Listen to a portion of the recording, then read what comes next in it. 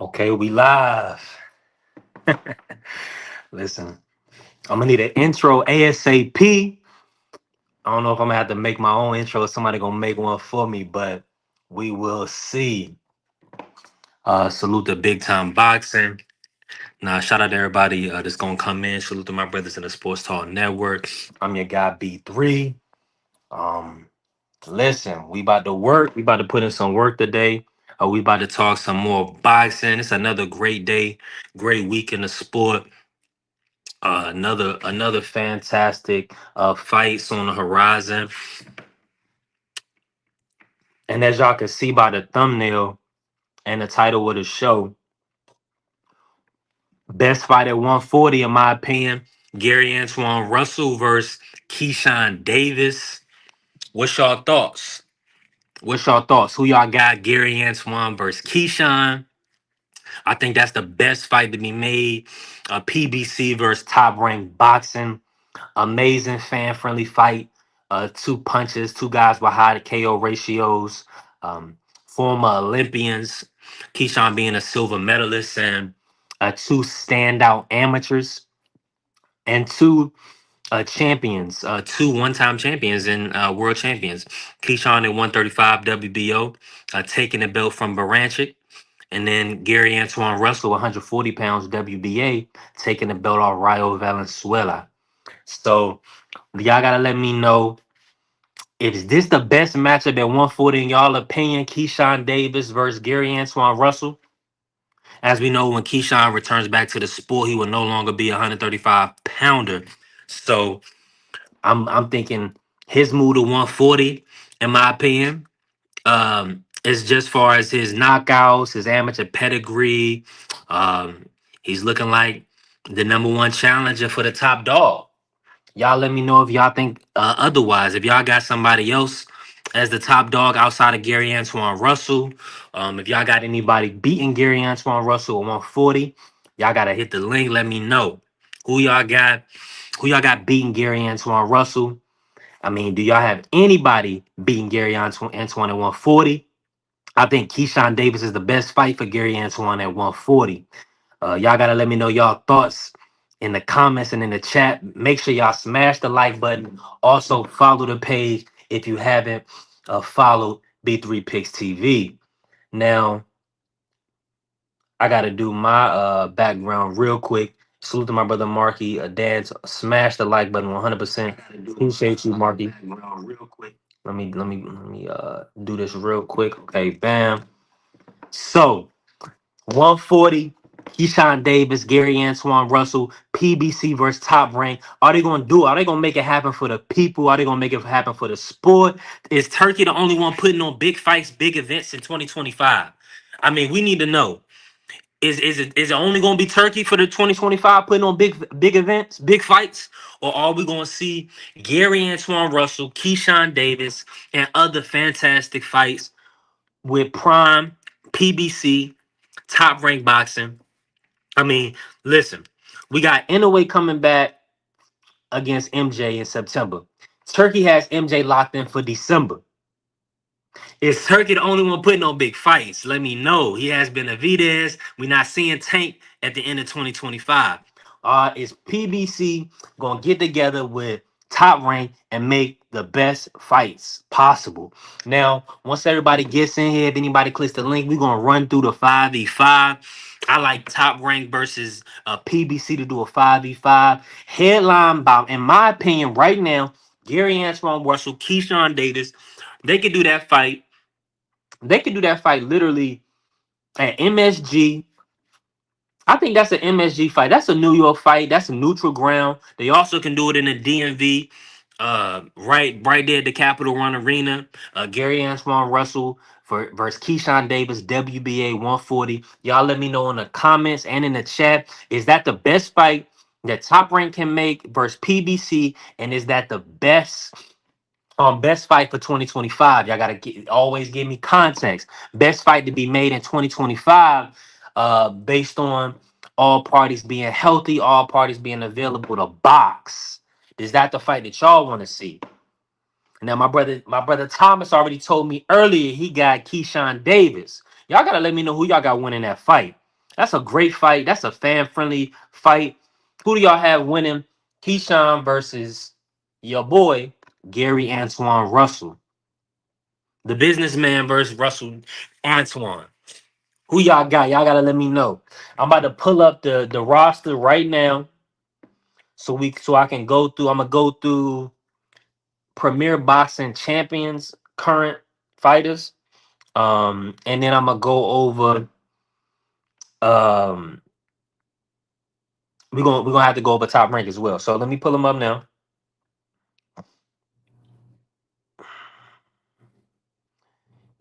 I'm pulling up the PBC stable right now. Smash the like button.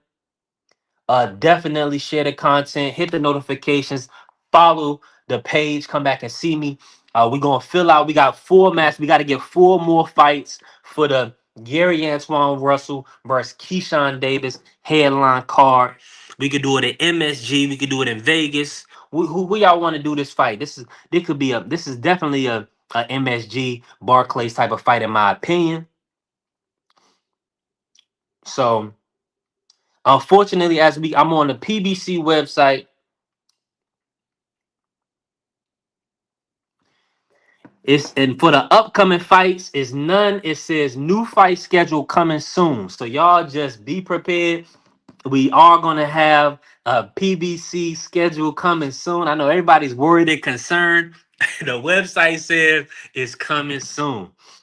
So we definitely just got Barrios versus Pac-Man. So hopefully we get another fantastic card. Now I gotta pull up this stable really quick. Now, oh wow. Okay, let me run down these names. Y'all work with me here. I got they got Quadratilo the Punisher on here. Abdul Kukarov. Now they got him listed under PBC. Carlos Adames. Y'all know he's the champ. WBC at 160 pounds. They have Akhmedov as well. You know, Akhmedov, he fought Barrios, he fought Kenneth Sims Jr. Make sure y'all smash the like button and definitely follow the page. I'm just going through the PBC roster right now. Then we're gonna go through the top ranked roster, and then we're gonna do a 5v5. I already have my main event. If y'all have another main event, let me know. My main event is Gary Antoine versus Keyshawn Davis. Y'all like that main event? Y'all let me know if y'all think that's the best matchup at 140. What y'all think? Salute to my brother Marky Dan in the building. What's goody?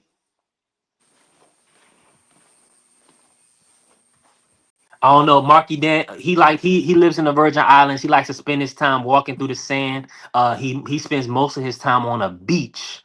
So if his audio don't come through clearly, just bear with our brother. He's in a foreign land. I am in an air conditioned office, and this is my native land. This is not a foreign land to me. Foreign to us, Marky. Salute to you, good sir. How you doing, B3O? I'm doing good, family. So listen, I'm gonna kick it to you like this, and then I'll finish going through the rosters right now. Since I got you in here, I gotta ask you this. I have Keyshawn Davis versus Gary Antoine Russell. I have that listed as my best fight at 140, and I also want that to be headline of PBC versus Top Rank 5v5. What's your take on both of those? That being the best fight, and then the 5v5. I mean, I'm not mad at that. I mean, Keyshawn versus Gary Antoine Russell at 140. I mean, yeah. I mean, you can. That definitely has merits if you want to say that's the best matchup that can be made at 140. Um, I don't know though. I mean, I think you could make the argument that there might be some better matchups out there, like Tio and Antoine together. I think that's a firefight, and I think the build up would be great. But obviously the two of them have that relationship, so probably won't ever happen. Matthias and Right. Gary Antoine Russell. I mean, that is an all out war, all out action fight.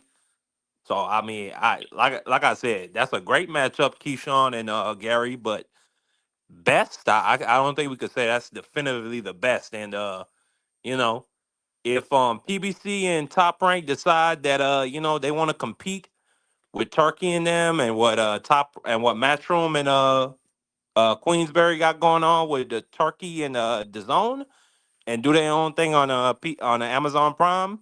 Top Rank versus PBC. I'm not mad at it. I love it. It's great. Now, so our brother Mark, he did say the fight is in the conversation for the best of 140. Salute to my brother Big Dre in the building. Appreciate you, Big Dre, for coming in. Make sure y'all smash the like button. Definitely follow the channel and support your boy B3 Picks. Now, so, and Marky said he loves the idea of a 5v5 top rank versus PBC. Y'all let me know in the comments. Let me know in the chat. Is that what y'all want next from Prime? And PBC versus top rank 5v5. Now, I'm gonna pull up the rosters, Marky, so I got PBC pulled up right now. I'm not gonna say all the names, but I'm gonna run through the big names, and then we can kind of pull out who we want on a 5v5 and match them up. All right. So we got Carlos Adames, the champion at 160 pounds.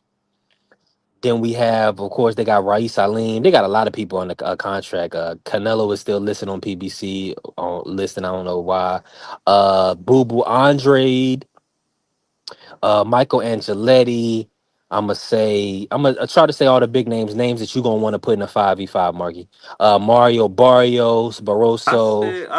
I'm still old enough to remember when Raís Salim, his name actually meant something. Now he's just like a Yeah. worthless piece of shit. Oh, that's terrible, unfortunately, man, because Sam Goodman, he got cooked by Sam Goodman. I don't know if what happened when he went over there to Australia, man. That was you remember Raíz was talking like he I was gonna mean, be that thing. Sam Goodman is actually a good fighter. Sam Yeah, he Goodman is got some decent. hands. People try to act because he's a white boy and his name is Sam Goodman, that like Yeah. he's trash or something. That man got hands. Nah, you're 100% right. He definitely does.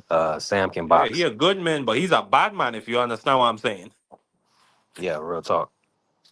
Yeah. That ain't no doubt about that. Now, let me see. Let me keep rolling. Let me see. Let me see who else they got on this roster. Hopefully my audio coming through decent. David Benavidez. Start the list over one more time. B3, For my the bad. PBC roster, I'm not naming all the fighters because they still got a whole bunch, but I'm gonna list the big names, guys. We gonna want to see in a 5v5. We need four more matchups outside of Gary Antoine versus Keyshawn. So, of course, I said Carlos Adames, Raís Salim, Demetrius Bubu, Andre, Jennebeck, Mike, Michael Jennebeck, Angeletti. Lara, Janabek versus Law is a fight. I like that. That could be a co-main, or possibly the. or That might. Adamas. You could slide Yeah. either one in. Okay. Okay. So we're gonna go through the top rank roster as well. So let me get through this, Marky. Mario Barrios, David Benavidez.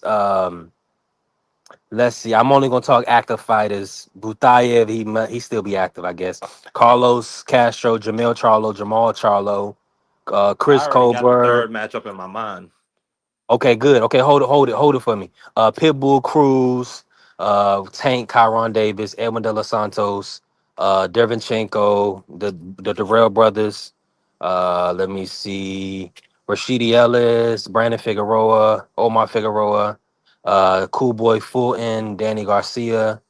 Let's see. Elijah Garcia, Terrell Goucher, Sam Goodman is listed on here too. Okay. Okay, yeah, because okay, I understand why, because they have that Australia connection with main events out there. Roberto Guerrero, Gvozdyk, Tony Harrison, Jesse Hart, Vladimir Hernandez, Marcos Hernandez. Oh yeah, Yernelli Hernandez. Ooh, the big Yernelli Hernandez. Okay, that's also a matchup though. We got to get our Yernelli on the card. Okay, let me see who else. Let me keep going down. Jamal James, Kavalasquez. They got a like you said, Laura, Tosito Lopez, Lubin. Let me see, Mark Maxayo, Fabian Maidana. Let me see here. Who else? Frank Martin, Mendoza, Villanecki. Oh, Milanecki's with top rank. I'm be honest about like I'd say 95% of them niggas you just named. I don't care nothing about B3. It's he got but they got a full roster. They got let me. He said he don't care about none of these now. I got to All them goddamn names. They only got let me see. 14, anywhere from 6 to Okay, 14 Ray dates a year. Vargas.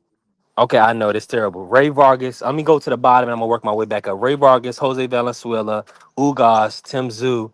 Let me see. Keith Thurman, Yo Ennis Telez. They got Stanionis.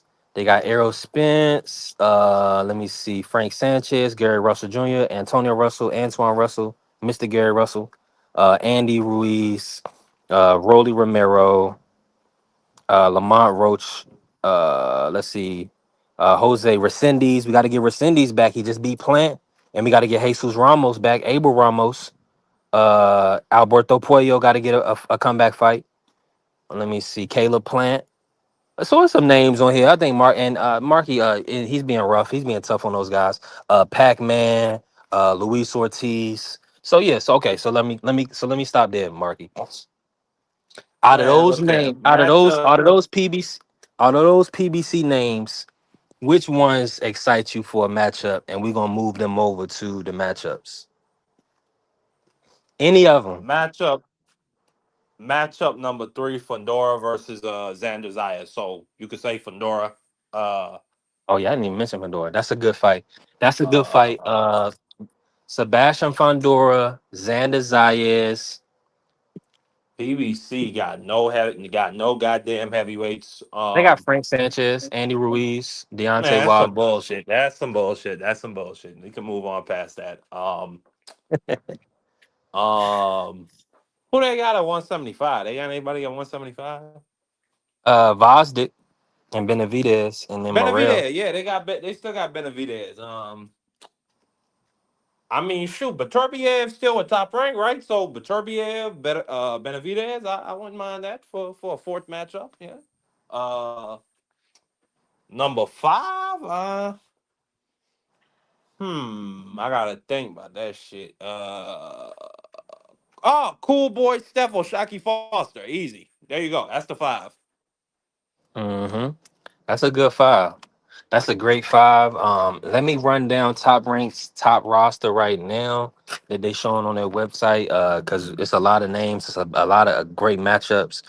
I'm gonna do a whole 5v5. Now in a way, of course, you know that's junior featherweight. Espinoza at 126, Emmanuel Navarrete 130, Marthaia 135, Tyson Fury. They got Yuri Sedano. They got Perla. They Abdullah. got Manny Chance. Yeah, Jan Santana. They got a whole crew. They got one Mita now. They got Angelo Leo. I mean, Dang, they got. If Grease Boy had some nuts, I would say Abdullah versus Grease Boy, but we both know that never happened. Yeah, but Tank is not fighting for the rest of the year anyway. But they also got Rohan Polanco. Man, he Man, they ain't got a fighting good for the table. rest of his life. Oh, here we go. He'll be back. You Nah, know Grease that. Boy is done. Nah, he'll be back. It's too much money on the table. That's the same thing. Floyd retired and came back. Most of these guys, that's all. That's all, really that's Man, all to just let people know he not fighting right now. That's all Floyd that is. came back and was fighting Manny Pacquiao's and goddamn Shane Mosley's and a whole host of and Canelo Alvarez's and all types of shits like that.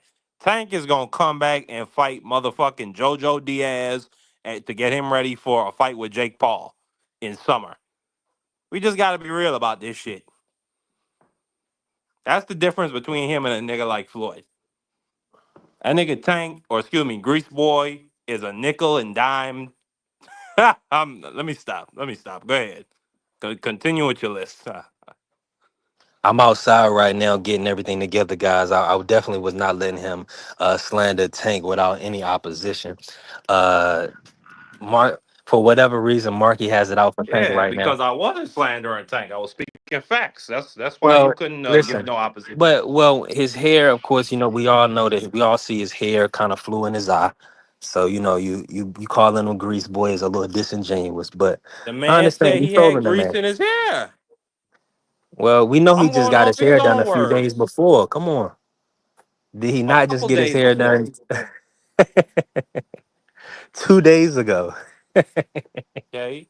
Nigga That still said is some one of the grease fell in his funniest. eye. Probably That some was grease came off one of them braids that hit him in the eye. That's probably what happened. Nah, anytime hair gets in your eye, it's gonna mess with you. So that's really what happened. And then of course, so because as we can see, he wasn't hurt or fatigued. But it was and we're not getting that rematch. Unfortunately, that's not gonna be on the top rank versus PBC 5v5. And I believe that Lamont Roach definitely needs to get in the mix. But let me read off. But I kind of went through some of the top ranked fighters already. Other people I can think of, like you said, you mentioned Abdullah Mason, Bruce Shushu Carrington. I would like to see Shushu Carrington versus Ray Vargas. Man, I want to see Shoo Shoo versus one of these niggas, man. I'm so sick of that nigga. Why do you say that? Just his level of competition or what? Nah, I don't like the tough talk. And then you fighting fucking goat herders from Nambia. Like, come on, bro. He was highly Like that ranked. shit was like it was pissing me off when after Ray Ford had that crazy fight, Shoo Shoo in the little bushes talking shit about, oh yeah, Ford is a good is a solid fighter, but I know that when I get up there, I'm gonna be proving a lot of dudes wrong. Nigga, shut up. Or matter of fact, if you ain't gonna shut up, get your ass in there. It's one of the two for me. I just can't stand. Like, imagine if this nigga Carmel was talking shit about Abdullah. That's how I look at that nigga Choo Choo. He just a youngin sitting on the fucking Let bleachers me talking. let me jump in real quick. Salute to my brother Big Dre. He said Tank got his legal problems. Oh, Tank got to get his legal problems sorted out. Then three more fights before officially leaving the game. Then Jake Paul, right? Okay. Who told you that, Big Dre? Let me Who told you that? Well, let me just say this. Well, first and foremost, we know he's 100% right that he needs to get his legal troubles in order, right? That's first and foremost. So that's a fact. Now, he says 3 fights and then he's going to fight Jake Paul. Now, let me ask you this, Marky. What 3 fights does Tank need to make in order for a Jake Paul fight to be okay? Like 3 fights and then you retire. What 3 names would Tank have to cross off his list for the fans to be like, all right, you well done. Go ahead and fight Jake Paul. Shakur, Shakur, Lamont Roach, Abdullah. Then you could fight all the Jake Pauls you want. I won't Mm, say shit to you. You do mm. that, go ahead and fight all the little exhibitions and celebrity YouTuber fights and go over there to Japan and let them Yakuza niggas hand you a duffel bag with $10 million to fight a woman or some crazy crap. Go do that. But just fight them three names I just mentioned. Do that, you could do whatever you want. Yeah, yeah. I like those 3 names. To be honest with you, I really want to see him test himself. I would prefer, me personally, I would love him to fight Gary Russell. I would love him to fight Antoine Russell and then Shakur Stevenson. Yeah, those 3. But I mean, the Lamont Roach rematch is good. I mean, I would want that My for Roach Lamont. rematch is my bad, B3. Go ahead, go ahead. Go ahead. No, no, go ahead. Say what you want to say. No, I was just saying the Lamont Roach rematch is motherfucker. It's mandatory. And my apologies for cursing. It's mandatory. It's a necessity. Like you taking knees, then you bending over and sticking your head out the ring to get your face wiped. That should have been a disqualification. Like I ain't never seen no shit like that in my whole life. A referee watch a nigga take a knee, start counting to one, two, three. He stopped the count, walk up to the nigga and say, "Hey, what happened?" And then we Mm, just forget about the whole knockdown, the whole count. I've never seen no shit like that. Like he gotta get back for that. He has got to get back for that. Like niggas talk some crazy shit about Floyd and Jose Luis Castillo. Like they still try to use that to be the little cudgel that they could bang on to try and I guess shake off some of Floyd's credibility, which is bullshit. This right here, this is real. Like nigga, we saw you take a knee. Then on top of the fact, I didn't even think he needed to knock down to win the fight. So it was a robbery too. In every way, shape, form, or fashion, he got to get back for that. Like that Lamont Roach rematch is mandatory if you want to go fight a Jake Paul. Taking knees and bending yeah. over and sticking your head out of rings and shit, nigga. That's And crazy. even Tank, when what he said after the fight, Big Dre, is he know he extended his career with that draw. So he definitely understands that he did that draw, that bad performance by him. Force is gonna force him to fight more fights. because he has to cross the names off the list. He has to fight Shakur. He possibly even has to fight Devin, even though Devin is so big. Pause. I'm not asking for that fight anymore. But in his mind, he probably still believes he got to take that fight. He got to make that fight. You see what I'm saying, Big Dre? So I do think it's going to be more than just 3 fights, and I don't believe Abdullah will be on the list unless he like the fans just put him there and start supporting him, and he can start doing sellouts in his hometown and things of that nature. But I think Abdullah is going to be the last on the list, like you saying, Marky. More than likely, it'll probably be Lamont unless Lamont loses to somebody. So what I would do if I was Tank, I would try to get Lamont Shakur to fight, and then you fight the winner. So cross off a name, and then come back, move up, probably fight Keyshawn or Tio winner at 140. And then if Devin is still undefeated, he beats Norman Jr. or whoever. If he's unified or lineal at 147, then you got to fight at 147. And that'll end his career. He'll end his career as I believe a 4 division champ at that point. Um, so that would kind of just make him Hall of Fame in my opinion. But even though I would have probably already still put him in there. What you think about what I said, Marky? That kind of layout. Do you think we ever see Tank move up through divisions? No, like absolutely. I don't even know why we would even talk about him moving up to fight at Devin Haney at 147. Like that bullshit. Excuse my bad for cursing once again, but that's just not gonna happen. Like that's not in Tank's DNA. He's not no Sugar Ray Leonard. He's not no Floyd. He's not no Manny Pacquiao. He's not one of these guys who hungers for the masses to validate him and to validate his greatness. That's never who he's been. Who he's been. That's never who he's going to be. The man is 30 years old. He's just interested in making some money and getting the hell up out the sport. Okay, the fights that produce the most money for him, in my opinion, would be a Shakur, a Lamont rematch, and an Abdullah, and then a Jake Paul, and that's what he is going. And if he, well, further, he'll never fight Abdullah Mason. He'll never do that. And I don't know if he'll ever fight Shakur. So Hold the on, best Mark. we can Mark, hope Mark, for you is a cutting up Lamont right Roach. now. Respectfully, Tank. I ain't cutting up. Now, would Tank take that fight? Who? Yes, What do you take? Which fight? Abdullah Mason. Now, let me say this. Would it make sense to them fighting a young kid like that? Only if he was unified, only if the money was crazy and things like that, only if he was built up. I believe Tank would take that fight. I just don't feel like it's a fight that would be made because we seen Abdullah almost get put to bed by Vasquez.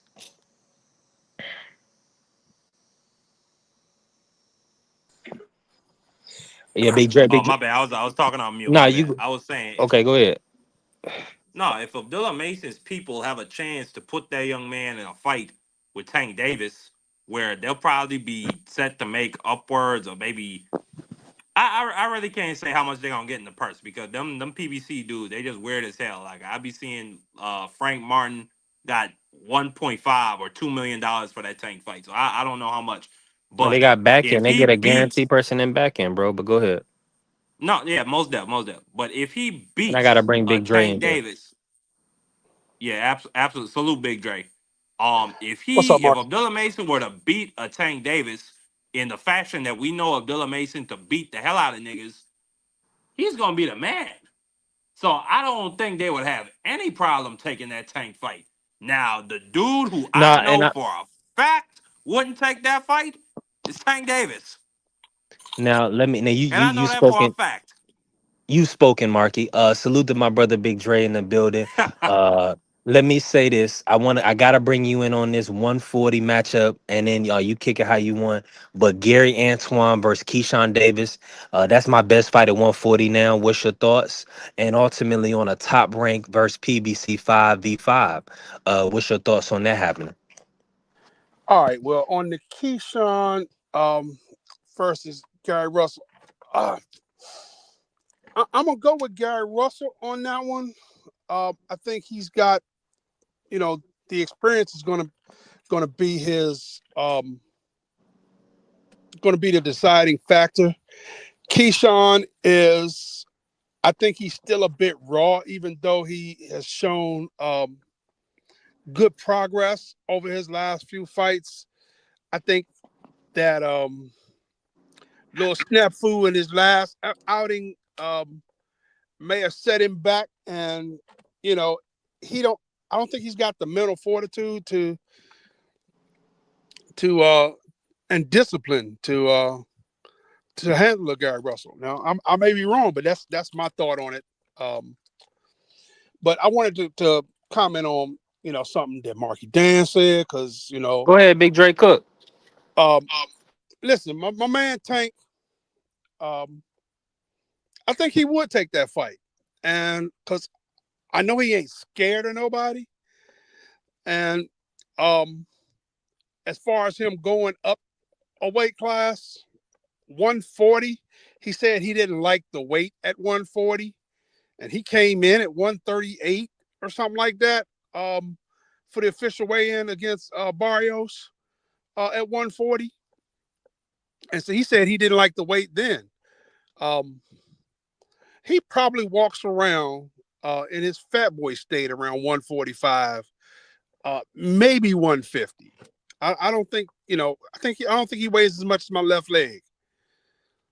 Um, he's too short, and the way he's built, I don't think his body likes carrying the extra weight. I think he could do a 147 fighter if it was an IBF fighter where you had the automatic 10 pound rehydration, so he could come in at his walk around weight. See Devin and Bill, y'all did too much. Y'all should have just went after that vacant IBF. Go ahead, Big Dre. Well, see, Devin don't want the IBF. Devin don't want nothing to do with the IBF. You know, A fact. because the IBF has a automatic 10 pound rehydration clause. Um, they don't believe in the weight bullies. Um, and Devin is, in my mind, he been a weight bully for a long time. I don't understand. I can't wrap my head around how somebody can walk around at 165, 175 pounds in fighting shape and make their body drop to make weight at 140, 135. And then It's called science, Big Dre. Science. that's a lot of damn science, man. At We 100, gotta listen for all them M's. Hey, listen for the best money can buy. You gonna get a lot of good science. yeah, that's a lot of good science. But I think some of that science falls all the way down. I'm not going to say he in the gray area, but he falls all the way down to the gray area. Um, I'm not going to put him in the red because, you know, and his association with a certain Victor Conti who has a storied background. I'm just going to leave it at that. Um, but as far as Devin goes, Devin's probably fighting. He probably came into his last fight against Ramirez. He was probably 180 pounds when he got in the ring that night. Come on, Big Dre. That's unsubstantiated. You I, you I, you I gotta fact that check that. that's a. I never said Big that. Dre said probably. He did say I probably. said probably. But probably is but how much wiggle room you giving them because you only thing you got to go on is the 165. So now we talking about Okay, so with four. we Hold on, go. I'm just saying. Hold on, let me just say this. So what we're talking about is you're saying for the extra 4 pounds that he weighed in at 150, it was a 144 fight with Ramirez, correct? Yes. Okay, so you're talking about 4 more pounds in the Regis fight. So they're saying that he, of course, we understand the clothes and all that stuff. Let's take that out. Let's say that he regained the 25 pounds after the Regis fight and he weighed 165. So we're talking about that additional 4 pounds for the 140 to the 144 allow him to rehydrate the second day to 180. So that's an additional 15 pounds over the the 165. So we're talking now, we're not talking about 25, we're talking about 40 pounds of additional weight on fight night. O- Um Well, Is that what we're saying? I'm gonna counter you with this. This is crazy, Big J.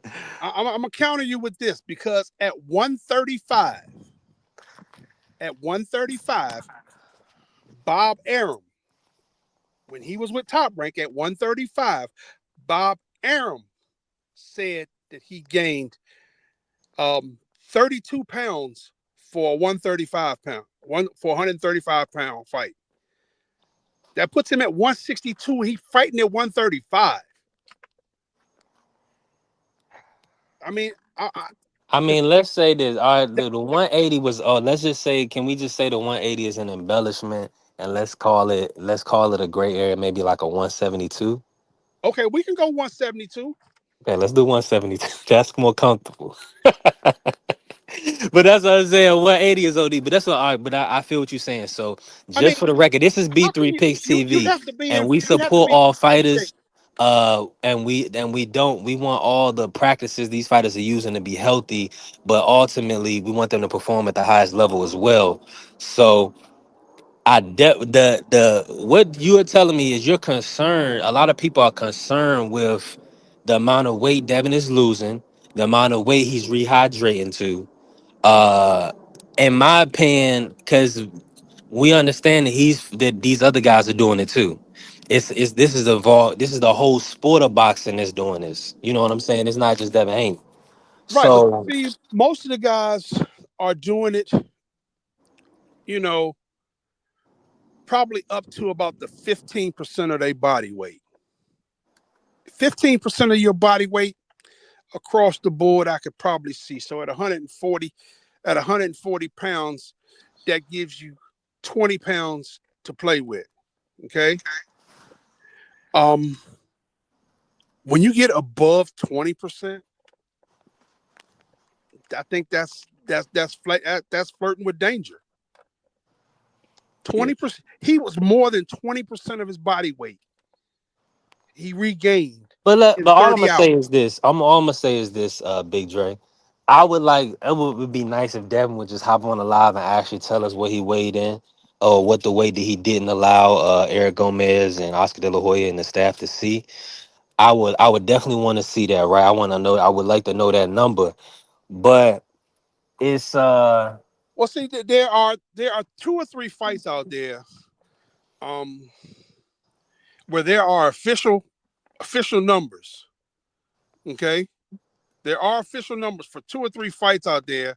One, because when he fought Regis, California State Athletic Commission had all of the weights published for that fight card on their website. It's been since been taken down, but for that mhm. card, they had all of the weights that. published. That, But that's that what I'm saying. I just want to know from your perspective, Big Dre, are people like concerned for Devin Haney's health, or are they concerned that he's this is how he's winning fights, like he's kicking these guys' ass, or he's winning fights based on this additional weight? Like, what is you from your perspective? Is your concern for Devin Haney's safety, or is your concern for these fighters that he's getting in the ring with? Because I've I need got to know.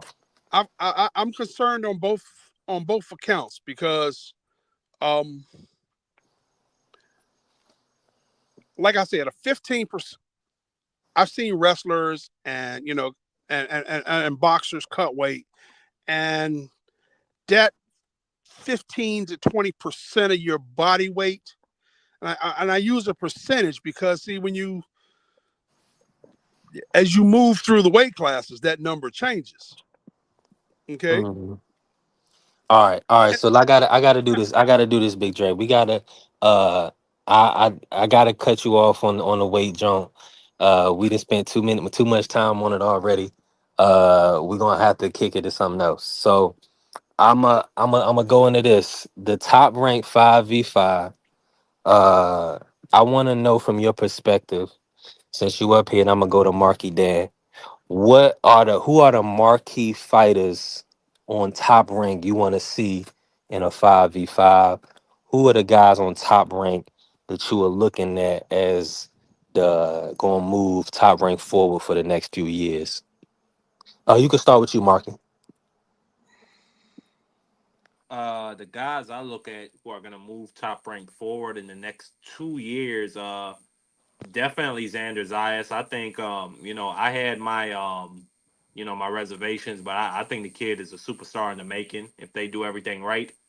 Um Despite other people's reservations, I still think Richard Torres can go on to be, even if he doesn't become a champion, I think he could become a really seasoned and good heavyweight contender, and that's really all you need to make money in the heavyweight division, especially if you got Turkey and other you know other money men that are now coming into the sport.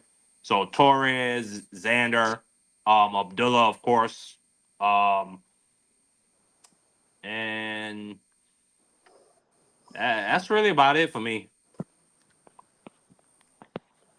Okay, appreciate that, Mark. What about you, Big Dre? What fighters are you looking at from Top Rank specifically, just moving the sport forward, and who would you like to see highlighted in a 5v5 matchup? Well, because I don't keep track of who's with what promoter as much as I used to. Um, but I'm going to definitely mention Abdullah because Abdullah Mason. I do know he's with Top Rank, and he has been rolling up the ranks and making his presence felt um, really strong. Um, if Keyshawn gets his act together, I'd like to see him um, continue on, but he needs to. I'm not sure about Keyshawn. I like this. I love to see him fight, but I think he's got some discipline issues um, or something going on. Um, and he needs to get his mental right. He's a great fighter and he looks good in the ring. He talks a lot of shit between fights, but to do what he did his last fight and just blow off everything, I think shows just a lack of discipline and just total wherewithal. He just, I mean, it just didn't see. It seemed like he just didn't care. You blow weight by 4.5 pounds, Yeah, and it's just that's not even a. definitely a bad look. That put a black eye, unfortunately, on the sport for a small period of time. I see Keyshawn definitely bouncing back from this situation. They still did 8,000 tickets in Norfolk. Shout out to Abdullah Mason for holding down the main event. So Norfolk will be back. Keyshawn will be back. DB3. Salute to Keon and Kelvin Davis. Me personally, I mean, in all honesty, I still think the Keyshawn versus Nahir Albright should happen at 140. Uh, I mean, if he's not going to come in and fight for a belt right off the bat, then definitely run that fade with Nahir Albright. I thought the first fight was good, and then also obviously Keyshawn won, but after everything that happened in Norfolk with his brother Kelvin, Nahir Albright getting that win, that would be definitely a good mix up. Now, outside of that, I got to name a few people from Top Rank for myself that I'm watching right now. That's definitely still putting on. Of course, the Puerto Rican sensation Xander Zayas. I also gotta mention Bruce Shushu Carrington. A lot of people really don't watch enough boxing, don't really understand the sport. Uh, they don't understand that certain guys, you're not gonna get everybody out of there. Certain guys is tough and they just, they not going down. But there's only a select few fighters in the sport that have devastating one punch KO power. Everybody else, they are accumulation punches. They putting shots together, um, things of that nature. So, with And that you being got the said, real tough guys out there who just no matter what you do, you're just not gonna knock them out. it's not gonna happen. Yeah, it's just some guys It's out there. like a Derevyanchenko, like it's like a Canelo Alvarez. Like seriously, let's look at this for a second, right? And certain guys defensively, like a Tank Davis, right? even still, I was looking at these guys. I feel like these are the top defensive fighters in the sport. When you look at what they do in the sport of boxing, what they do in the ring, being able to pivot, being able to get away from big shots, and not having anybody being able to land clean on them. You know what I'm saying? Like though that I mean, those three guys, Bivol is an excellent defensively, of course, and Shakur. But certain, like you saying, Big Dre, certain guys you're not going to never stop. Like even think about Beterbiev versus Bivol. Like everybody had. Hold on, let me say this. Who was y'all pick in the first fight? Bivol versus Beterbiev won. I have I Serbia. had Bibble. I had Okay, so Bibble winning you the were first. right. Yeah, I picked Bibble, but I definitely had Beterbiev winning 7-5. It was close. Okay, see, I had Beterbiev winning the first fight. Now, but pre-fight, who did you have, Big Dre? I have Serbia. Yeah, me too. I had Beterbiev winning. I had Beterbiev possibly stopping Bivol. You know what I'm saying? Like, Well, but that was my thought because yeah. he's got the power, and he's shown that he can just put most people just bam on their pockets with one punch. Um, and that's what I thought would happen. But Bill just said, I'm not going down like that. Now, let me ask y'all this. What's y'all thoughts on and Marky, have you heard any reports on Bivol? It's like a APB out for Dmitry Bivol. Last time I seen him, he was on a Russian soccer field and then he was drinking a margarita on a beach. So, have y'all heard if Bivol's going to be fighting in 2025? I have not Uh, heard, but the, that turkey money hit different, man. Um, he got that big paycheck, and then that big paycheck again. Yeah.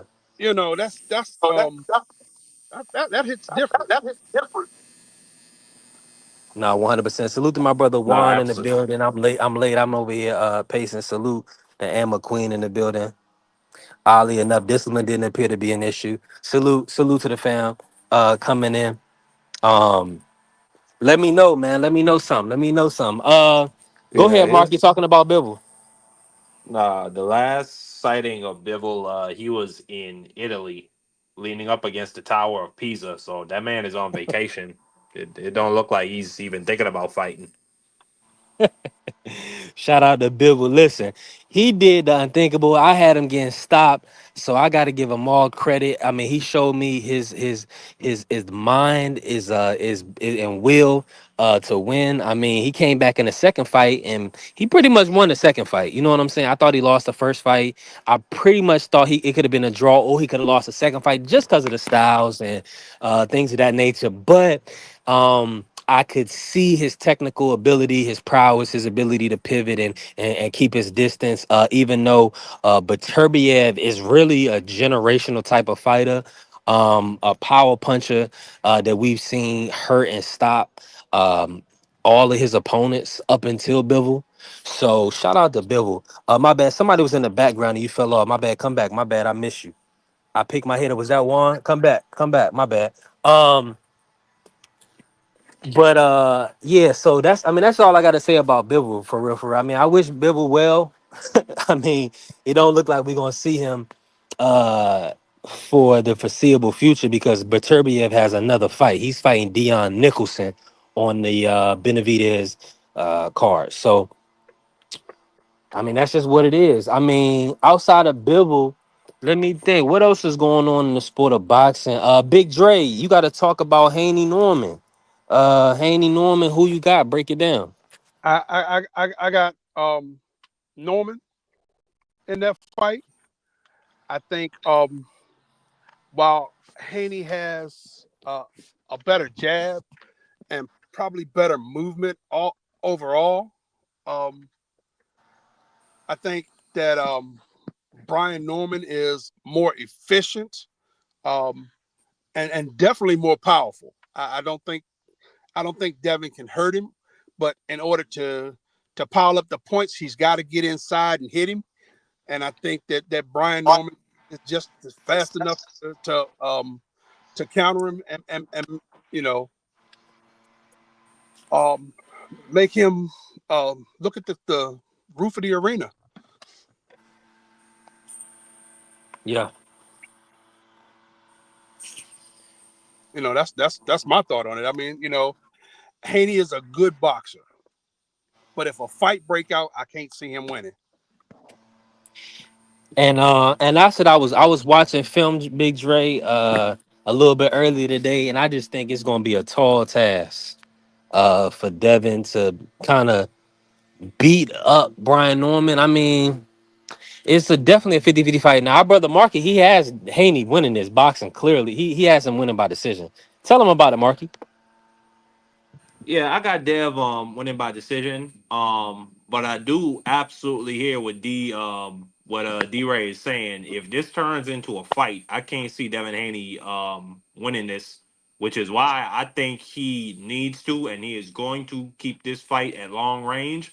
I think he's gonna have to be moving a whole hell of a lot. I don't think he can let Brian Norman get on the inside.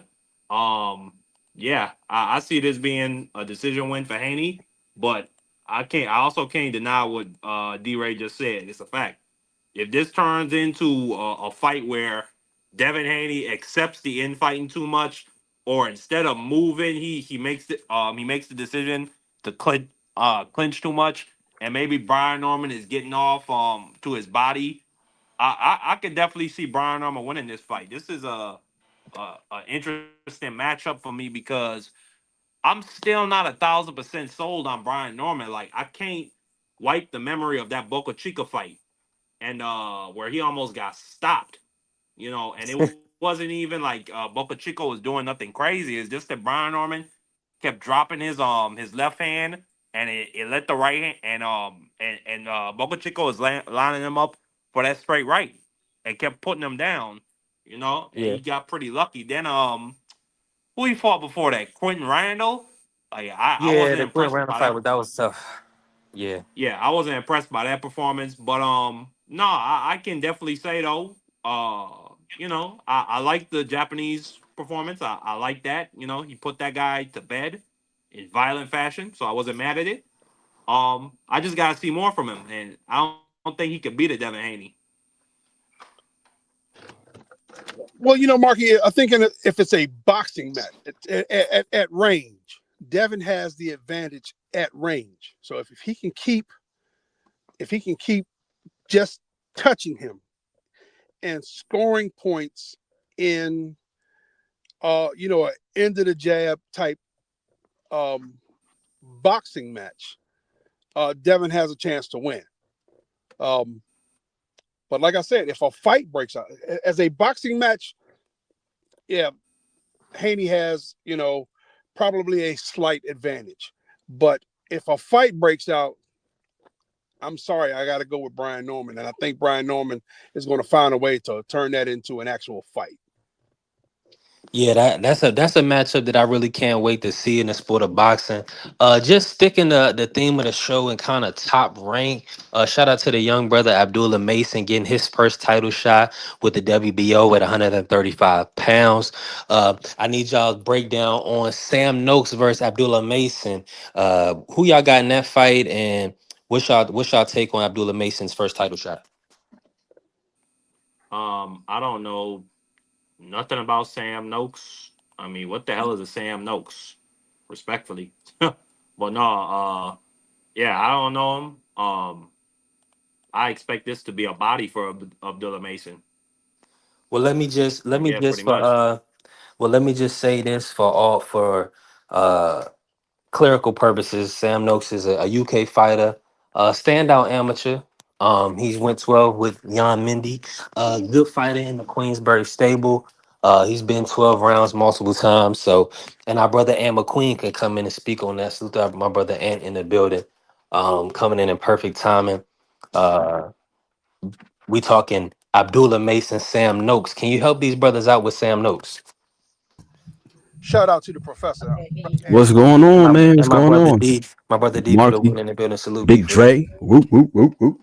my brother D Mr. for Salute the him. win. Yeah, Education for I mean, I purposes think you only. just stated it perfectly, man. It's a dude.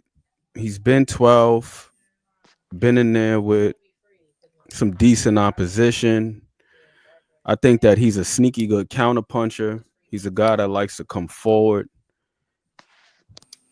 I got Abdullah Mason because I feel like Abdullah Mason can do everything that Sam Noakes can do. but with the added spice of athleticism.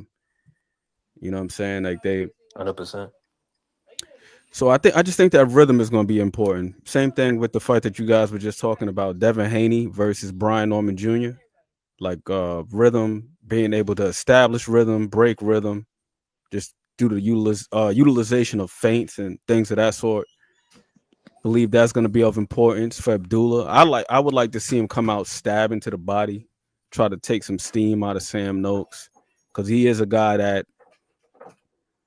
he's pretty strict with his adherence to the high guard. You're not going to really see him operate out of any other type of guard. He ain't gonna come out there in the shell. He ain't gonna be cross blocking. It's just straight high guard. And we all know about the high guard that has its vacancies underneath, around the guard. You can split the guard if you got the precision, the speed, the power, so on and so forth. But I do think it is going to be important to slow him down a little bit early on, because he's a guy that can push the pace. And then he showed in the fight with Mendy that he can box intelligently enough for 12 rounds.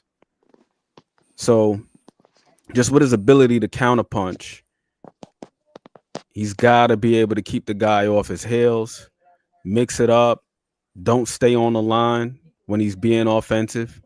I'm not saying that you can't be offensive, but just don't stay on the line. That's what got him caught up versus Vasquez. You know, because he had Yeah. his hand up when he exchanged, or when he went to go to exchange, but the issue was that his head was still on the line when he threw that shot. I will say that in the two succeeding fights, he's apparently cleaned that up afterwards. Seeing the fight versus Ornalis, he was still being aggressive, still being assertive, but he had far better habits. He was a lot more responsible, slipping off to the right when he's firing his left, slipping off to the left when firing his right, and just doing little things like that. So he can still be himself, still be the assertive Abdullah Mason. But I think against a guy like Sam Noakes, you just got to just be mindful, and it's going to come down to preparation. Make sure that they're drilling that. Like if you're going to be assertive, you got to do those little things to ensure that you're being responsible while being so. Because Sam Noakes, for one, like I said, sneaky good counter puncher in his own right, very responsive. You shoot one at Holy him, he's going to crap. shoot one right Oh my back and God. look to fill that space. So, you know, it's like what they say when you shadow boxing, right? Like you got to pretend that Hold on, and my bad. something's And coming everything back. okay, Big Dre? Say again. I thought I heard something. You good? Yeah, I'm good. I'm Oh, just I'm waiting on Ant because I think this is one of the fights we discussed over on Ant's channel a couple of months ago when they first announced it. Um, and so I was What are your thoughts on it, Big Dre? huh? No, I was asking you, what are your thoughts on Sam Noakes? Well, because if I'm not mistaken, I think it was a month or so ago that we were on your channel discussing Sam Noakes versus Abdullah, and um, while he is he's a pretty good fighter, I think Abdullah is going to be a level, maybe a level and a half above him because of his athleticism um, and his power.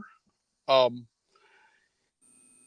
Abdullah has to keep his wits about him um, because, like in his last fight, he got caught with a flash knockdown that he should have been prepared for, um, and which would have prevented the knockdown. Um, Not saying that he wouldn't have got hit with the punch, but I think the way that the That was way a few fights ago, though, Big Dre's last fight. That was a clean sweep. He didn't even really get touched in that fight versus Jeremiah Nakatili. He's had several oh fights since then. yeah, I'm talking about the guy with the wacky haircut. Yeah, that was about 3 yeah. fights ago. But that's what I Johan, was saying. Johan.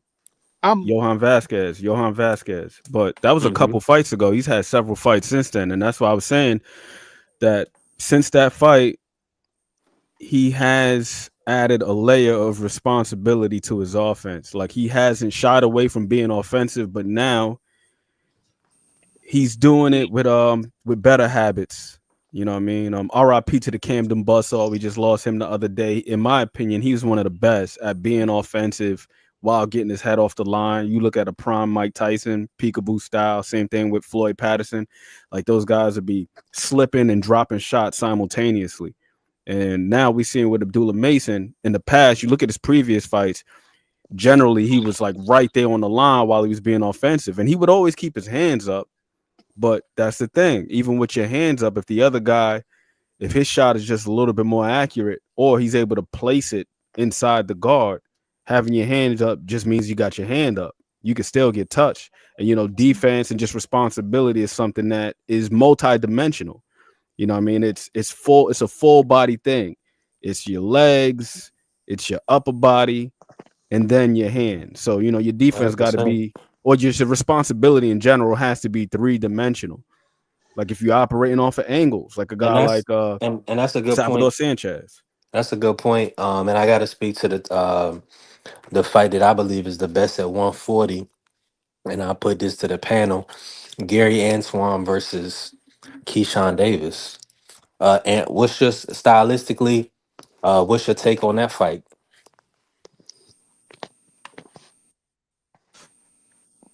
Personally, I think that from what I've seen, I think that Keyshawn is more dimensional than Gary Antoine. Gary Antoine, he's got a hell of a motor, as we've seen in that fight with Ryo. I love the way that he jabbed in that fight. He kept the jab pumping. His inside work is a little shoddy to me, which is surprising given his reputation for being such a physical fighter. But if you ever notice, oftentimes when he gets on the inside, either his punches aren't compact enough or he doesn't create enough space between him and his opponent to land those little short shots on the inside. Like we seen it in the fight versus Puello, and he was getting on the inside quite frequently, like no resistance, because Puello is he's inconsistent with his usage of his jab because he operates mostly as a counterpuncher. He's not a guy that's going to keep the jab pumping consistently. It's like he waits for you to open up, then he counters over the top. So he was able to close the distance quite frequently against Puello, but when he got on the inside, he was smothering his work. Like that in itself is a skill, being able to punch on the inside, whether it be the implementation of physical controls, things like frames, posts, being able to operate from shoulder to shoulder, like, slip your head to the outside shoulder, slip your head back to the other outside shoulder, knowing where to place your forearms, knowing how to limit the other guy's output and cut him in half and get him to operate in a deductive fashion. It's little things like that that make guys skilled inside fighters. And I think Keyshawn Davis, we've seen the first fight where it was really on display was the fight against Jose Pedraza. And me personally, I was over the moon about that performance, not because of Jose Pedraza, because I know the general sentiment was Jose's washed up. He ain't the same guy that faced Tevin Farmer, Tank, and Lomachenko, yada, yada, yada. He moved up to 140, came back down. He's 35 years old, whoopty whoop whoop. But the thing that was very impressive about that performance to me was the way that Keyshawn was able to control him on the inside. Like his inside game has grown by leaps and bounds. So Keyshawn is a guy he's at the point where he can box from range, mid-range, and from the inside. So all three facets, he's pretty sound. It's very difficult to find an area in which Keyshawn isn't skilled. And I think that Gary Antoine, like he's very good from the mid-range, not the best from the outside. I feel like mid-range is his best range. He's okay from the outside. In his fight with Ryo, he was pretty good from the outside, just keeping that jab pumping, but on the inside. So I think that Keyshawn is just a tad bit more complete. But we do know that Gary Antoine, he does pack a nice punch. So who the hell knows, like, what happens if he catches Keyshawn with a shot? The one time that we did see him buzzed, I thought that Keyshawn did the right thing in holding versus Nair Albright. 8th round, he got clipped on that chin with that shot, and he held on for dear life, which is, what you're supposed to do, clear the cobwebs. But he didn't really do too much fighting after that. So it's difficult to say just how good his chin is.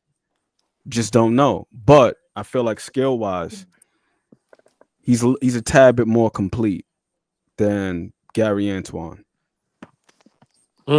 Now, that's a good observation. Now, of course, see me, I'm caught in the middle. I was born in DC, lived in Maryland for the first 12 years of my life. And of course, I graduated from ODU, right? That's in Norfolk. I live in Chesapeake. I live in Virginia now. So definitely caught in between both of these great fighters. Hopefully they can make a great fight for the public. Now, I gotta add, Marky, you still in here with us, or did you fall off a cliff? Yeah, what's up? Um, the friendship and brothers in boxing. We got to talk about that real quick since I got my brothers in here. I want to get what's your take on it? Like Antoine Russell, Teofimo Lopez. Of course, we know Tio's going to use Antoine to protect them from any black fighters, any tough opposition at 140. So, because that's his brother, of course. And then Keyshawn versus Shakur. You know that was a lot of controversy. They wanted them guys to fight. What's your take on that? Guys having past friendships and now they're unified in the same division and not mixing it up. Do you think that's Um, understandable or bad for the sport? I think it's bad for the sport. I think I don't want to say that it's hoish, but it's almost to that level because it could really be the case that okay, maybe you really did grow up with a guy and you really just can't get in the ring with him. Okay, it could be the case, but we've had a lot of examples throughout boxing history where guys have been good friends. They wives call each other every Sunday. Okay, they show up and they go to church together. Okay, they show up at the clubs together and they can still get in there and whoop the other dudes behind. So I don't know that excuse just doesn't do it for me. Especially a guy like Tio. Okay, that's supposed to be your friend and your brother. I mean, you're talking about your friend and your brother's race, calling them a bunch of monkeys and a bunch of ant. I can't say exactly what the man was quoting, but I know he was going crazy. But no, like some of those guys are just they just full of hot air to me. And then with Shakur, it's like every dude we want him to fight is your brother, except for Tank. Keyshawn is your brother. Then Abdullah is my little brother. Okay, soon enough, Muratai is gonna be his top ranked ESPN brother. So no, I'm not cool with it at all whatsoever. No, like fight the dudes. Like y'all are professionals. Okay, if it's a football game and my brother is a wide receiver and he catch a pass over the middle and I'm a safety, I still got to take him out. Like that, like that's business. It ain't nothing personal. So no, like that stuff it pisses me off. It don't do it for me at all whatsoever. Well, um, my personal thought is, um, unless it's actual blood, you share the same mother. Um, it's yo, man. We got a chance to do this. Let's go in here and let's make this bread. What And about same daddy, Big Dre? huh? Same daddy? Can we include them? Um, you just derailed my train of thought. I mean, you got the same daddy. Y'all probably from different ghettos. You got the same mom. Y'all live in the same house. That's just how that goes. But go ahead. But like I was saying, listen, bro. Uh, we in the same weight division. We do the same thing for a living. Let's get in this ring. Let's make this money. Um, and we can do it twice. Hell, we can do it 3 times and just really just get paid. I ain't saying I'm with rig him. a fight, but let's go ahead and do it. Let's show them what we about. Show them that we ain't scared to fight anybody. Let's fight. If we got to fight each other, let's fight each other. It's all about business. It's all about making money, and in a case like Keyshawn and Shakur, the public is crying for it and shouting for it and making a lot of noise saying, "Hey, we want this." I mean, you're supposed to say, "Listen, I know we hang together. We brothers in arms, and I think of you as my little brother or my big brother, but let's go get this bag." Because it's a fight that people want to see. That would be a paper that would automatically put Keyshawn and Shakur on a pay-per-view status.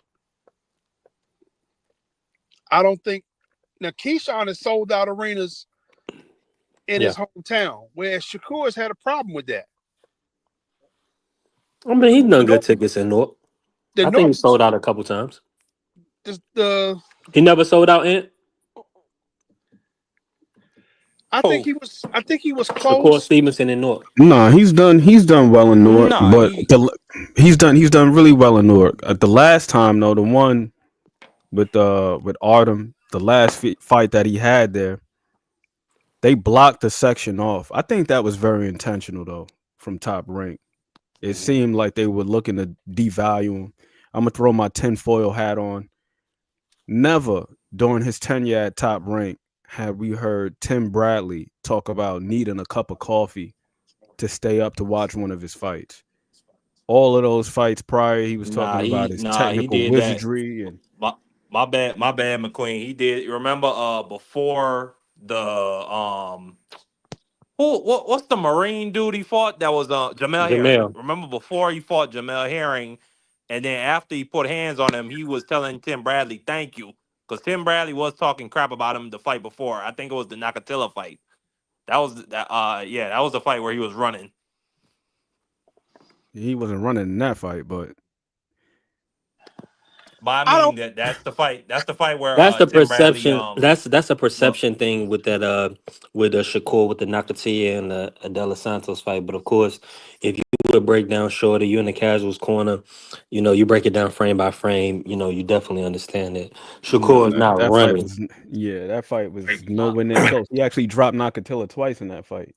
But I don't think he was running, but he certainly wasn't imposing himself, and he could have imposed himself from what I saw. But nah. But Tim Bradley, he was very critical for in that fight. But I do agree, yeah, they were definitely I trying. mean, it's one thing to be critical, but it's another thing to preface the fight by saying, "Let me go get my cup of coffee."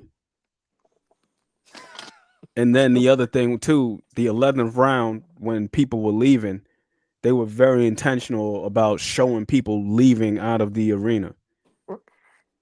And with that also being the last fight, they only blocked off a section. They only sold a certain amount of tickets. They I only had a certain mean, amount of tickets available. if you know somebody about to pick up a commodity you've been using for years for nothing, like you're not getting nothing back for this. And Top Ranks invested all this time and money and media and promotion into Shakur, and he just walking out the door. You damn right. Hell yeah, I made you. I'm not finna just let PBC or Eddie Hearn pick up what I done created. Hell yeah, this a boring ass nigga, and we gotta make a hot batch of coffee before we watch and commentate on this nigga. Hell yeah, look at these niggas leaving this boring ass nigga fight. Should have put this nigga as the interim, or excuse me, what they call that shit? What they call like the break in between a fucking play? Intermission.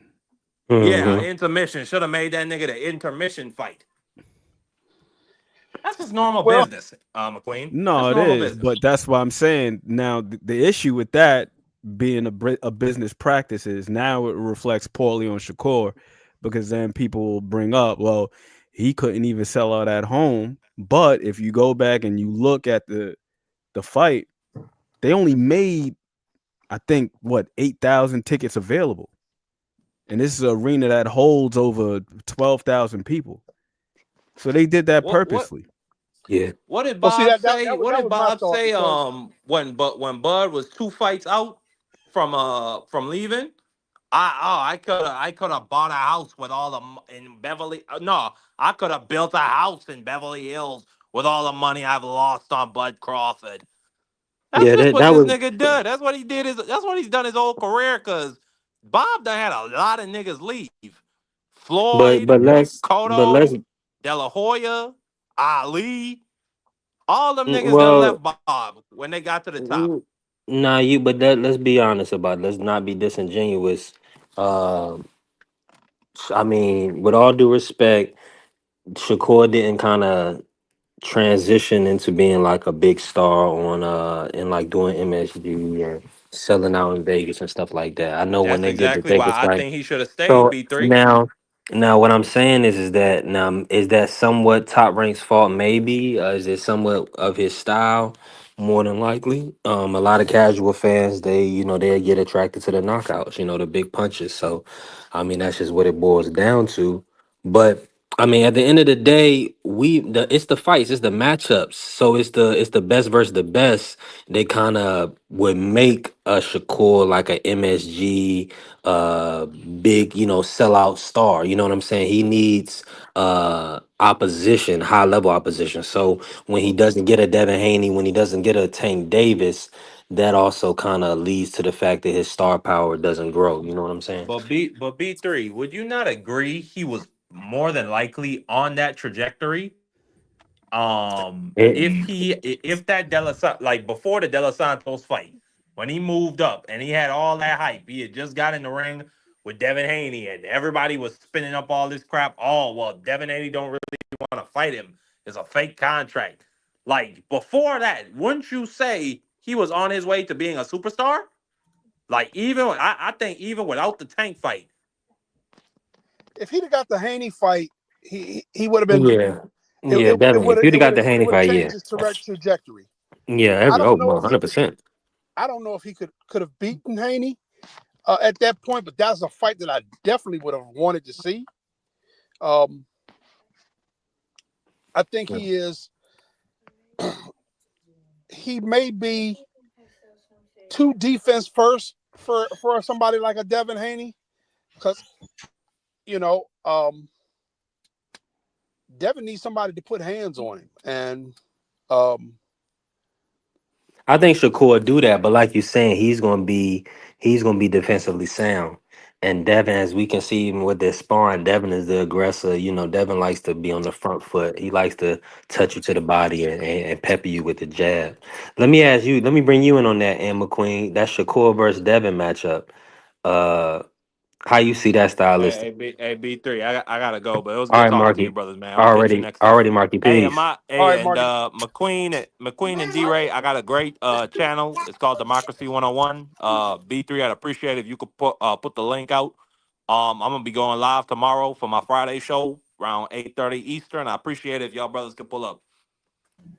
Man, I love that avatar too, Marky. Got the chairman up there. Absolutely. Salute That's to how he the look in real chairman, life Fred too. Hampton. He look just like Fred Hampton in real life. You can't, you know what I'm saying? You Nah, I'm a can't light kill skinned ass nigga. I ain't no Fred Hampton. you can't kill the what's name. You can't kill the revolution. Most deaf. But I'm gonna You know catch what I y'all mean? tomorrow if y'all come through. Okay. All Peace. right, Marky, appreciate you. We'll be there. Democracy 101, my brother Marky Dan. I'm about to put his link in the chat. Why I got you in here, because Big Dre put it out there, and it's the Shakur versus Devin. Do you feel like Shakur will have trouble? Uh, Possibly, because these guys, they've been around each other in the past. But I do think that Shakur would be able to deal with him, mainly because it being open stance. You look statistically at Devin's fights versus Southpaws. He generally has a more challenging time getting his jab to work, and that's a huge part of his offense. Shakur, we've seen in the fight with Zepeda, and in other fights in the past too. He's just a little bit more well-rounded than Dev. Dev may have a slight edge and all-around athleticism, like he's pretty fast. But I just think with them two knowing each other, Shakur facing far more orthodox fighters, him being a southpaw. Then of course we have Bill's admission. If you got anything off on Shakur, it was a good day. I don't think that these guys have, grown that much to where that wouldn't be a factor with one another. But I do want to say one thing about Shakur Stevenson's star power, if you will. If you look at the Nielsen ratings, just the numbers, his fights have done incredibly well on ESPN. Like 2024, last year, he had the highest rated or the most watched boxing event on ESPN. Like the peak viewers was like 1.2 million. And then the average was like 1,180,000. That was the average. And that doesn't even include what's the name, bro? That doesn't include ESPN Plus. That's Yeah, just TV. Shakur. Yeah, and what So I Marky think was that asking. what was that? No, my bad for cutting you off. And I think what Marky was asking, you're 100% right. Shakur Stevenson was in a good position. His trajectory was leading him to be a star in the sport of boxing. And like almost pretty much a superstar. But like you're saying, he just needed those names to kind of finalize everything. Well, also the fact that he went to um he went and signed with Matchroom, and Matchroom didn't have actually any quote stars to put him against. Um, and because Matchroom is Eddie Hearn, he wasn't going to get the Tank fight. Because Tank says, I'm not dealing with Eddie or anybody that associated with Eddie. Y'all go over there and play by yourself. That's not me, and I'm not messing with that because he didn't like Eddie. At Top Rank, he had there were definitely more fights for him, and they could have featured him more. I think Top Rank's business model is what sent Shakur away from Top Rank. Um, because they are um, on a per scale basis. It's you get your purse, and we're gonna make all the rest of the money. And of course, Bob's been doing this for so long. Um, he knows boxing inside and out. He knows the numbers inside and out, and he knows marketing. Um, the way that he can um, market a lesser known fighter, um, and put them in a good space, to where he makes a lot of money. It's um, unlike the way Turkey's been doing it, and just he putting a lot of good names on the cards, but it's they haven't been, his return on investment and his viewership has been lacking. Whereas Top Rank has never had a problem with viewership. That return on Let me. investment thing is tricky though, because here's the thing. We have to take into consideration where are they looking to see the return? Because for the most part, these events, they're just big commercials, honestly. They're just big commercials. That's why they do the car giveaways and all these other things. And I'm pretty sure when you're in the arena, if you show up to one of these events, that they're very adamant, or I should say they emphasize traveling to Saudi. Because Riyadh season is a big thing. Like, you know what I mean? It's not just the boxing part.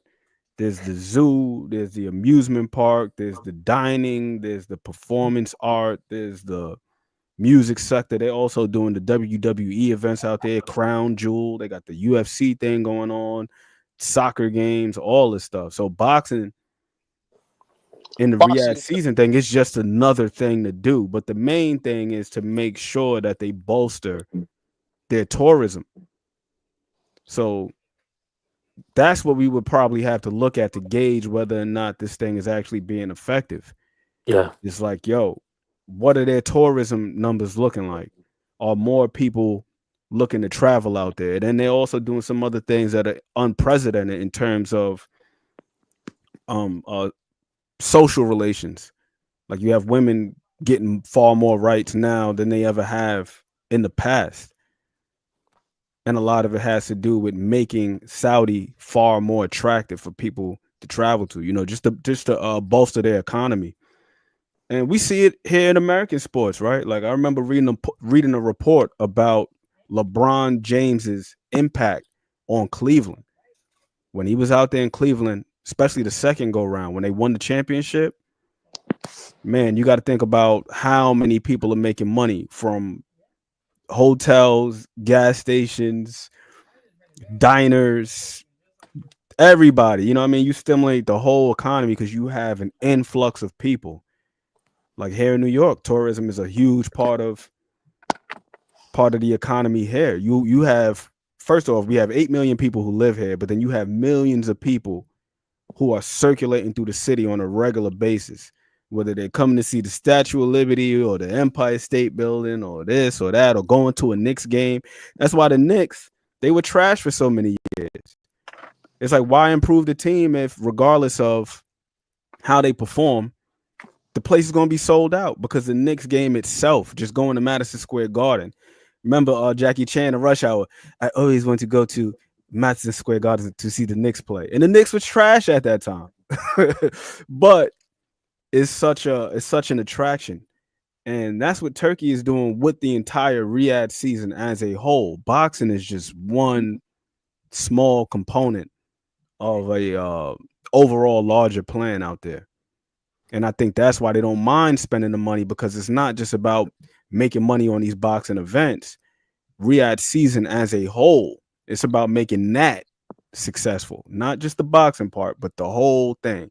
You come out here, yeah, you might come out here to see a boxing match, but while you here, why don't you go down there and go to the opera house and see these people perform? Why don't you go down to our fine dining section, or why don't you go down to our shopping district where they got whatever designer brands you can think of.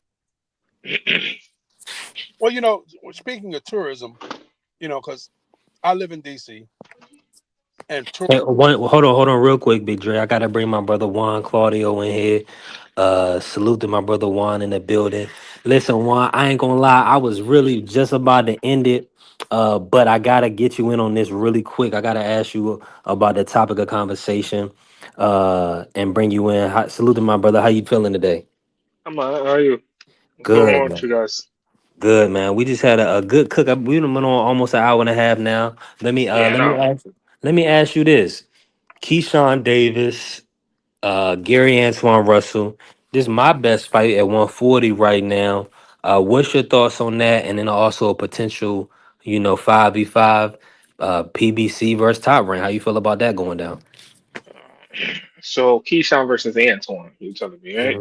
Yes, sir. Oh, that's a tough one.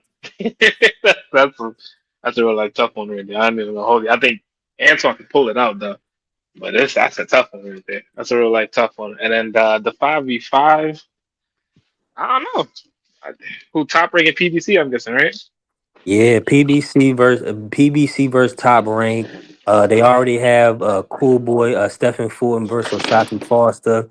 They could do Ray Vargas versus Shushu Carrington. They could do Sebastian Fondor versus Xander Zayas. They could do, Gary Antoine versus Keyshawn Davis. Or Gary Antoine versus Tio, even though they're brothers. Um, Let me ask you this, and because I asked Marky this, do you like some of those matchups, and also the brothers thing in boxing? What's your take on the brothers? Growing up with guys, and kind of like like Tio using Antoine to kind of protect them from everybody at 140, or Shakur having Abdullah and Keyshawn under his wing. What's your Uh, thoughts on that in boxing? that's sucker shit. I'm not gonna lie to you. I don't condone that. Even when even if you're fighting each other and you're in the same, you're gonna have to see this guy eventually. You eventually got to see the person, because eventually you guys are gonna be the only two left, if the case may be. You got to see each other at this point. So all that friendship and boxing, like you can be friends, yeah, that's great. You can have that respect for each other, but you got to see this man eventually. So that's sitting there talking about, well, I'm not gonna fight him because he's my brother. That's cat. You guys don't train together. You guys don't do much together. Stop it, man. Let's stop this nonsense here. Let's get the fights that we need to get, and just keep it going with lives, man. Just you know what I'm saying. See who's the best. But a lot of these kids nowadays they don't want to do that. They just want to make the money and be out. Nah, that's 100%. And the way I see it, because I haven't really spoke on it yet. I always felt like that some of these guys build relationships, and families build relationships to the point where they don't want to hurt each other. Getting into boxing, one punch can take you out, and we've seen people die in the sport. So to say that they don't want to hurt their brother, I can completely understand that. No, But and I I can also understand. I can understand it, but at the same time too, right? Mm-hmm. When you're fighting, right, at a same weight class, let's say you and me are fighting, right, and we in the same city. Let's say we two amateurs, we fighting in the same city. We're the two top amateurs, let's say in the state or something, right? And we in the same weight class, right? We have a good relationship. Now you What? talking, but come Yeah, on, now, that come on. I'm saying, but not, but Nah, I let's say feel no, you. let's say it, right? I'm saying like let's say we They're have not these. gonna duck that. We're not gonna duck that fight. We're not gonna duck that. You know what I'm saying? So we gotta do what we gotta do. At the same time, too, I It's a understand where a cop lot of out. these. It's a cop out. I see Yeah, what you're it's saying. a Because think cop about out. it, ain't nobody letting Tiafimo or Devin Haney any or pass away in no ring.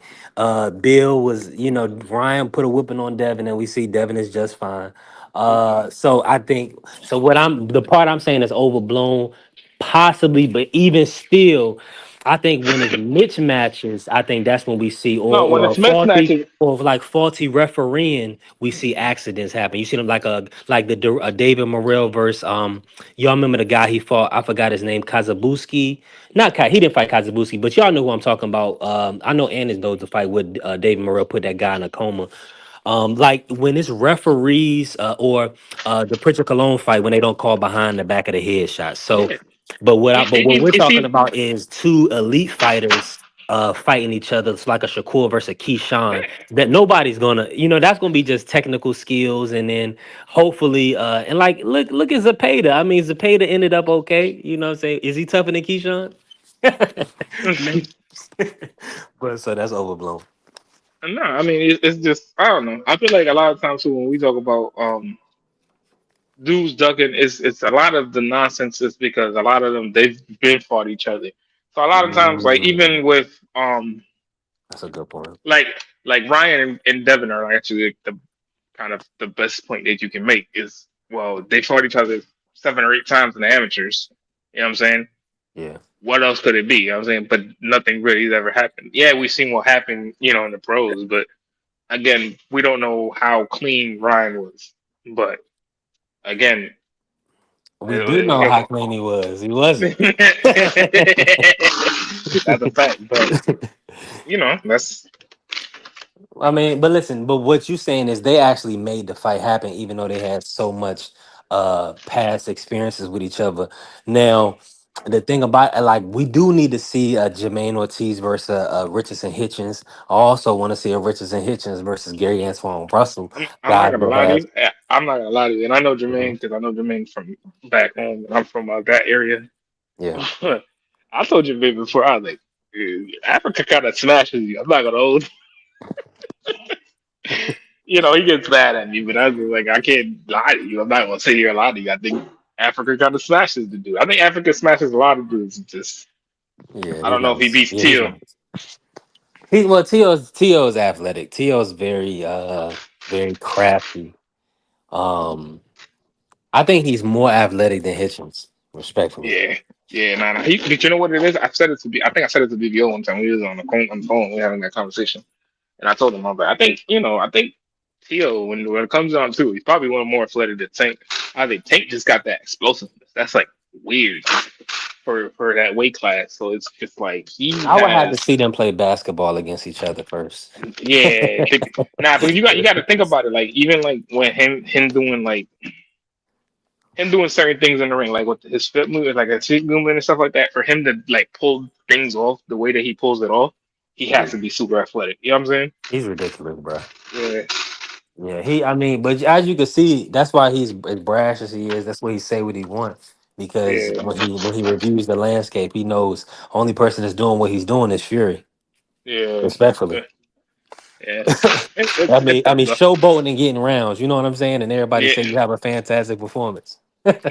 yeah. Not the fact. You know what I'm saying? But Just just cool. Because like respectfully. You know what I'm saying? Barbosa took all them punches, even though he took a lot of them. He was standing right there in there with T.O. He caught T.O. a few times too. Yeah, he Uh, definitely. But that's the but skill set of Barboza too, and knowing how to like time a shot, learn how yeah, to flip certain punches and stuff like that. So that's take on that's a good take on Barbosa because he's very skilled himself. So nah, even that's though a I call fact. him, even though I called him before a 35-year-old prospect, but that'd be me. I just be talking my shit. Nah, already. And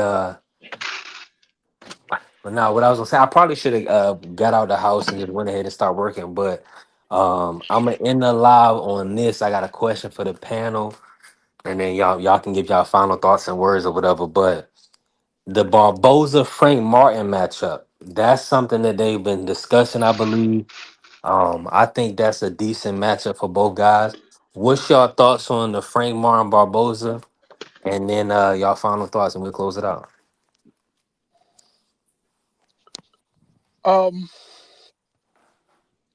I'm gonna probably be against the grain on this, and I'm gonna go with Frank Martin on this. I think he's a pretty skillful fighter, um, and he does have some pop. He, I guess, I mentioned his name. The only thing I can see is Tank knocking his ass against the ropes and then dropping him. Um, whereas I had a clear and concise thought before I mentioned his name. Um, but It's I'm all gonna good, stop. Big Dre. I'm just gonna stop it there. Nah, it's no, well, nah. That was a nah. This is a hard fight to ask about. That was my bad. That's bad podcasting. To end the show on a Frank Martin versus versus Barboza. But listen, the reason I brought it up is because Barboza was brought up, and we definitely want to see Frank Martin back in the ring. Hopefully we get Errol Spence Jr. and Frank Martin back in the ring. Um, but yeah, any final words, final thoughts, Anne McQueen. I'm excited to see Frank Martin how he looks with Buddy McGirt, and that's my final thought. Because I Ooh, want to see what that looks like. I yes, think it was sir. Just Dude said he's seen a little bit of sparring footage and he looked real smooth, looked real slick. So I'm excited to see what that looks like because Frank is a hell of an athlete. He got really, man, his feet, Yeah. that guy be looking like he's on skates sometimes. So I'm Now, excited to are see you that. foreseeing him being able to outbox Barboza? Yeah, I think he's got everything that he needs to do so. Yeah. But I feel like it's mainly a matter of Barboza and just the lack of urgency. I think Barboza is a pretty good boxer in his own right. The fight with Tiafimo pissed me off because I'm asking myself, why didn't he box in a fashion that was more similar to what he just did versus Jose Ramirez? You know that this guy has struggles with pursuing people. Tiafimo, that is. He has struggles with pursuing people because he inconsistent with the jab, doesn't necessarily close the range before trying to throw his big shots. He'll just leap in. So why didn't you fight that fight and make him pursue you? But instead, he tried to press him and allow this guy to either be in a neutral position or be on the back foot the whole fight. So I thought stylistically he fought the wrong fight.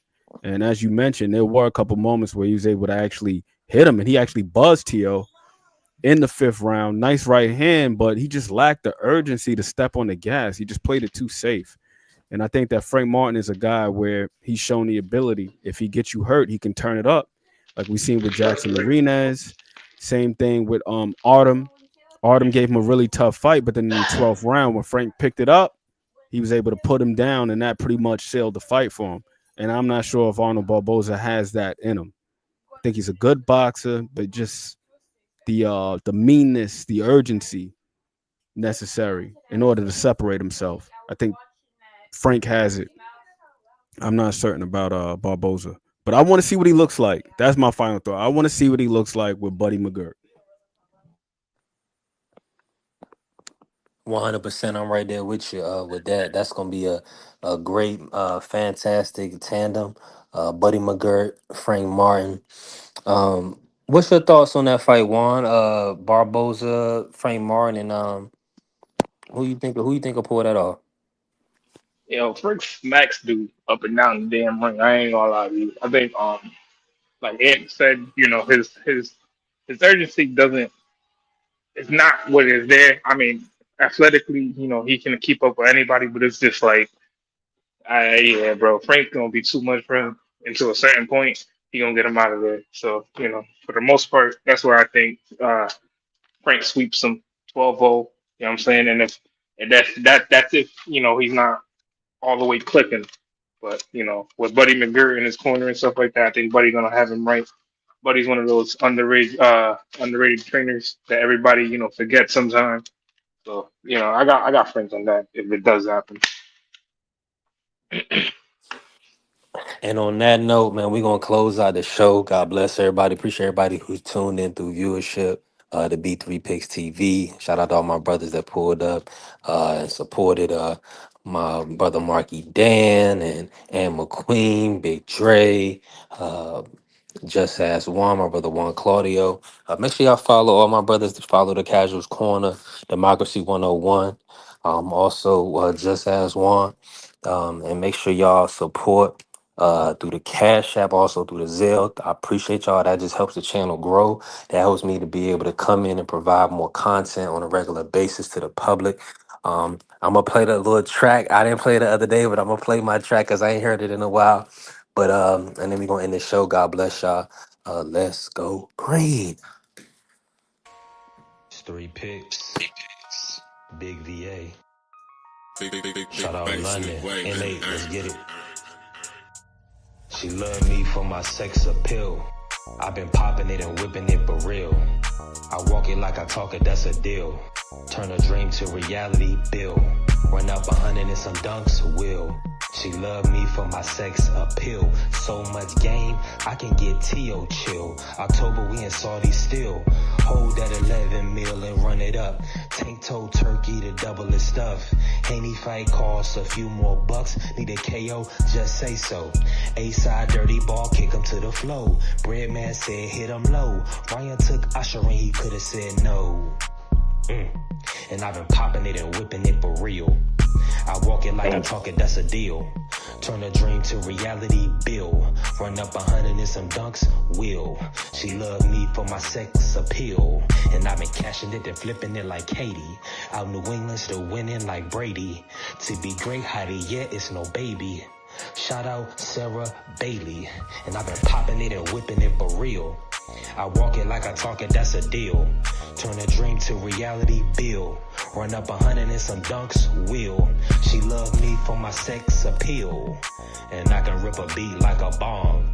She pretty, petite, in a thong. Everything she do sweet like the bomb. She served me Dawn. No pimp, Juan. Been getting bread, non. I always ball, Bron. Never leaving the UK, Hassan. And I've been popping it and whipping it for real. I walk it like I talk it, that's a deal. Turn a dream to reality, bill. Run up 100 and some dunks, will. She loved me for my sex appeal. She loved me for my sex appeal. Yeah, pics.